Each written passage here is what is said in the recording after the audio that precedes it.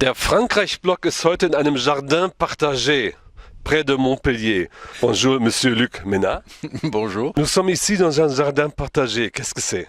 Jardin partagé, c'est un lieu où toute une série de personnes viennent travailler. Mais ici, c'est un peu particulier. C'est un jardin partagé coopératif. C'est-à-dire que tout le monde travaille la même parcelle. Et donc, petit à petit, chacun trouve que bien il est mieux pour pouvoir travailler les fleurs, le compost, et on se répartit les différentes tâches du jardin. Le produit de la récolte est mis sur une table et après tout ce qui est produit est réparti en fonction du besoin des familles. Oui. Et qu'est-ce que vous plantez ici? Oh, on a ici énormément de plantes. On a des plantes pour manger, mais on a aussi beaucoup de plantes qui sont pour la mémoire des plantes.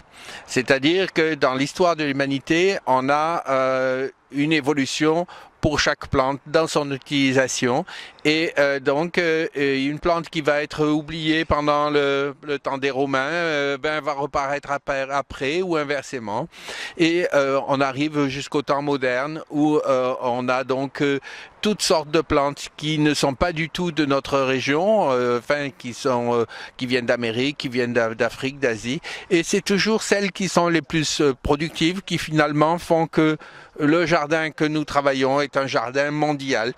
Oui. C'est un peu vous soignez l'histoire ici, n'est-ce pas?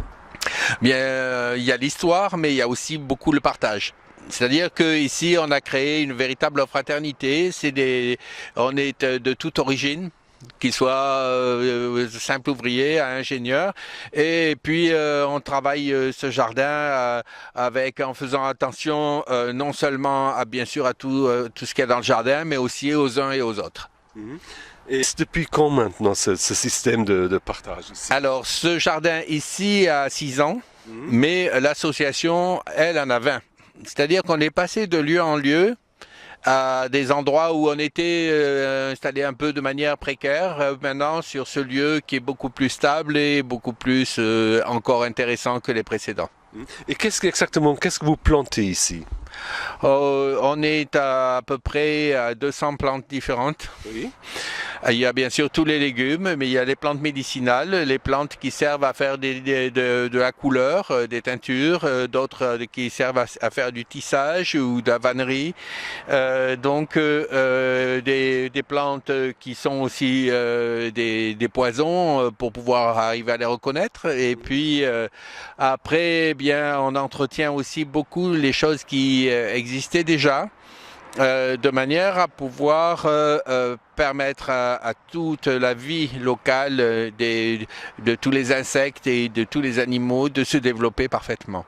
Revenons aux plantes médicinales. Oui. Médicinales, quels sont les noms par exemple? Qu'est-ce que vous faites là? Oh si on regarde, il y a l'absinthe, l'aurone, les différentes menthes, la sauge, la marjolaine. Rien qu'ici on a dans les 50 plantes différentes.